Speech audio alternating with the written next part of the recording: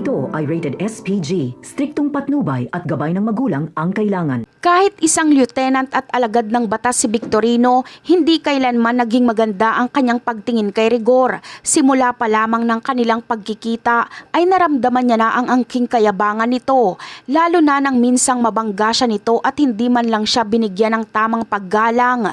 Alam niyang ang ugaling ito ay mas lalala pa ngayon dahil sa tagumpay ni Rigor na mahuli si Ramon Montenegro. Inaasahan na ni Victorino na kahit pa nakatakas si Tanggol ay si Rigor pa rin ang tatanggap ng lahat ng papuri mula kay Roberto. Tiyak na itataas pa nito ang kanyang ranggo bilang pabuya at ang promosyon na ito kay Rigor ay mas lalong magpapalaki ng ulo at lakas ng loob upang suwayin ang mga nakakataas sa kanya, lalo na ang mga hindi niya gusto tulad ni Victorino.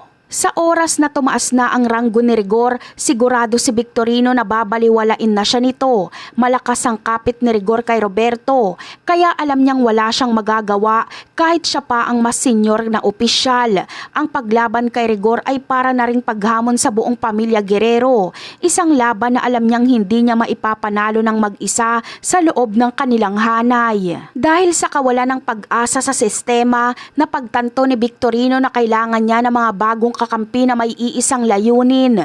Dito niya naisip ang grupo ni Tanggol. Sila ang kinikilalang pinakamalaking kalaban ni Rigor at ng mga Guerrero. Mas nanaisin pa niyang kumampi kila Tanggol kesa manatili sa isang trabaho kung saan ang mga utos na sinusunod ay hindi na para sa kapakanan ng batas.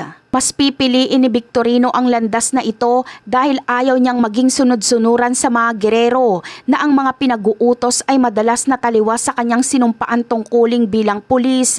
Ang pagsanib sa grupo ni Tanggol ay hindi lamang para sa kanyang sarili, kundi para na rin sa paninindigan niya sa kung ano ang tunay na tama at makatarungan. Samantala, hindi lang si Victorino ang nakakaramdam ng ganitong pagkadismaya, maging si Ponggay din na isa ring tapat na pulis ay nagsimula ng makita na mali na ang kanilang sinusunod na batas.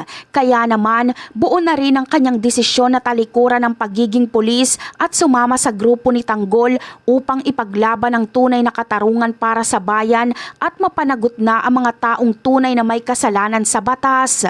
At yan ang aabangan natin. Bye!